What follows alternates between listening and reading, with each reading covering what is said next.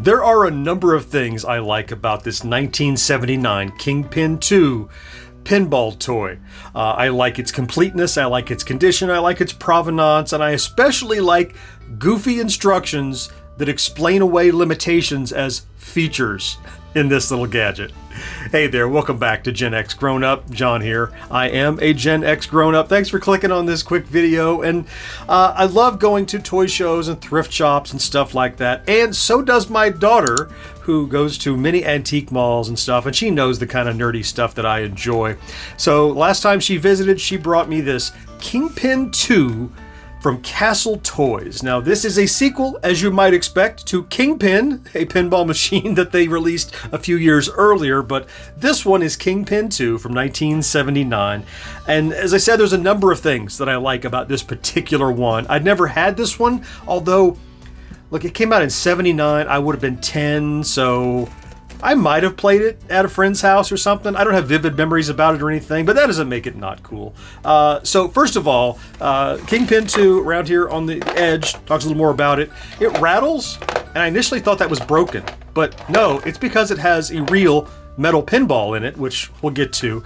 The back kind of highlights the key features that include electronic sound, electronic tilt, a bonus function, a ball shooter, okay, 6-digit LED score readout, a ball counter, this is a funny, we'll get to that, and individually controlled flippers. I would hope so. Now up here on the top is the next little bit that I really like, and that's the provenance here. A couple of price tags. I can't quite read that one. AVIN, possibly. Can't read much of that. This one, though, is from, it looks like a store named Caldor, Department 810. I'm going to guess that maybe that's Canada or something. Don't know the name of the store. $26.87 would have been what this cost, probably, you know, 79, 80, 81, something like that. And this sticker is still here. Now the other one, now maybe that's a clearance or something, but I bet that says savings. Now that I think about it, I bet that's a clearance sticker that said savings. Maybe? Yeah, I don't know. Anyway, yeah, it's still there and it's original. And when I get gadgets like this, I really enjoy having them have these original stickers or receipts or things, because it kind of talks about the life of the toy, the what it saw and what it went through before it got into my hands. It sounds goofy, I guess, but I like that. Let's go ahead and get this little pinball toy out of his box so we can take a look at the device itself.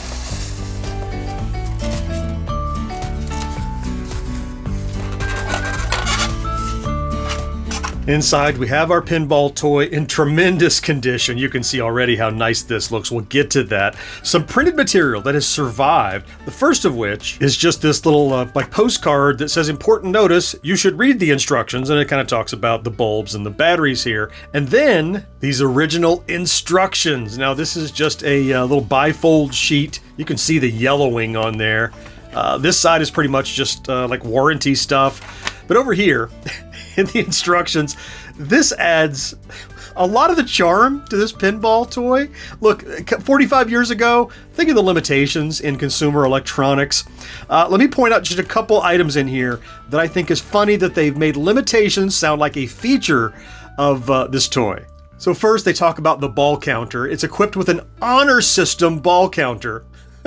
You must, at the beginning of each game, reset it to 1 and move it every time you lose a ball. So since the toy doesn't know when you've lost a ball, it doesn't keep track. It's up to you to be honest and say when you run out of balls. So the honor system of pinball. Never heard of that one.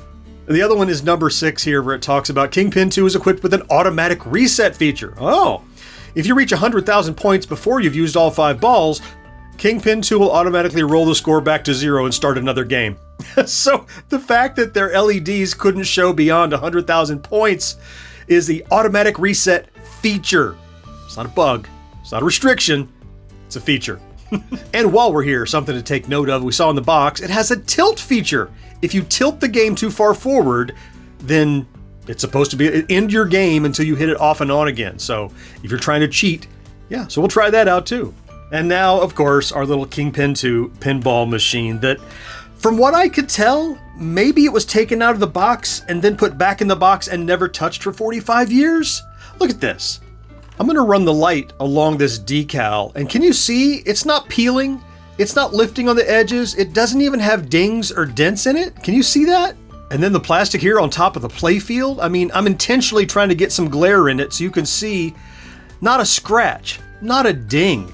I mean, in 45 years, usually you'd see a little bit of city miles on a toy like this, but startlingly good condition, like almost like it's new old stock, but it was opened. On the sides here, you just have these mechanical flippers, just directly connected, nothing electronic about that. Look, there's no battery in this, everything we're doing so far. And to fire the ball, spring-loaded.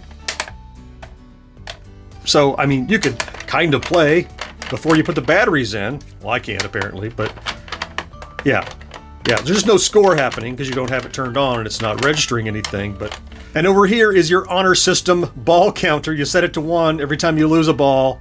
You slide it up until you get to 5. But you might be thinking, sure, John, but in a 45-year-old toy, what's the battery box look like? Yeah, I was worried about that too, but check this out. It's basically spotless. Here's your little 9-volt clip-on, little foam pad in there to keep it from rattling with the batteries in it. Speaking of which, let's throw the battery in here.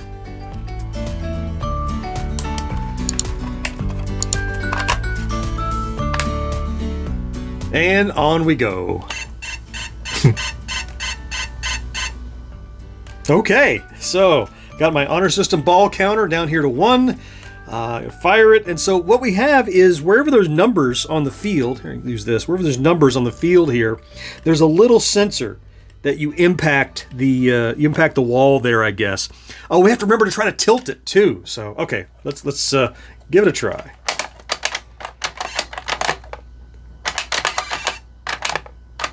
Whoa! The longer the beep, the more points you got, they say. It's kind of quiet. It's not too tough to keep your ball alive. Oh, lost one. Honor system. One more.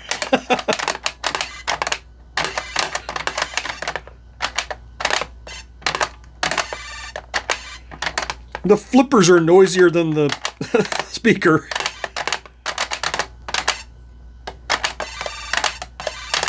Points!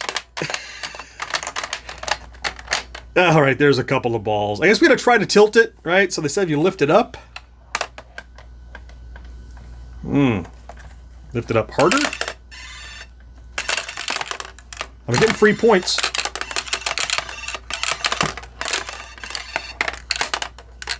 Well, that tilt sensor might be old and froze up. Oh!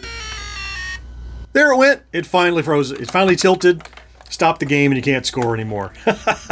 That's just tremendous, and a beautiful specimen of this almost half a century old electromechanical toy anyway.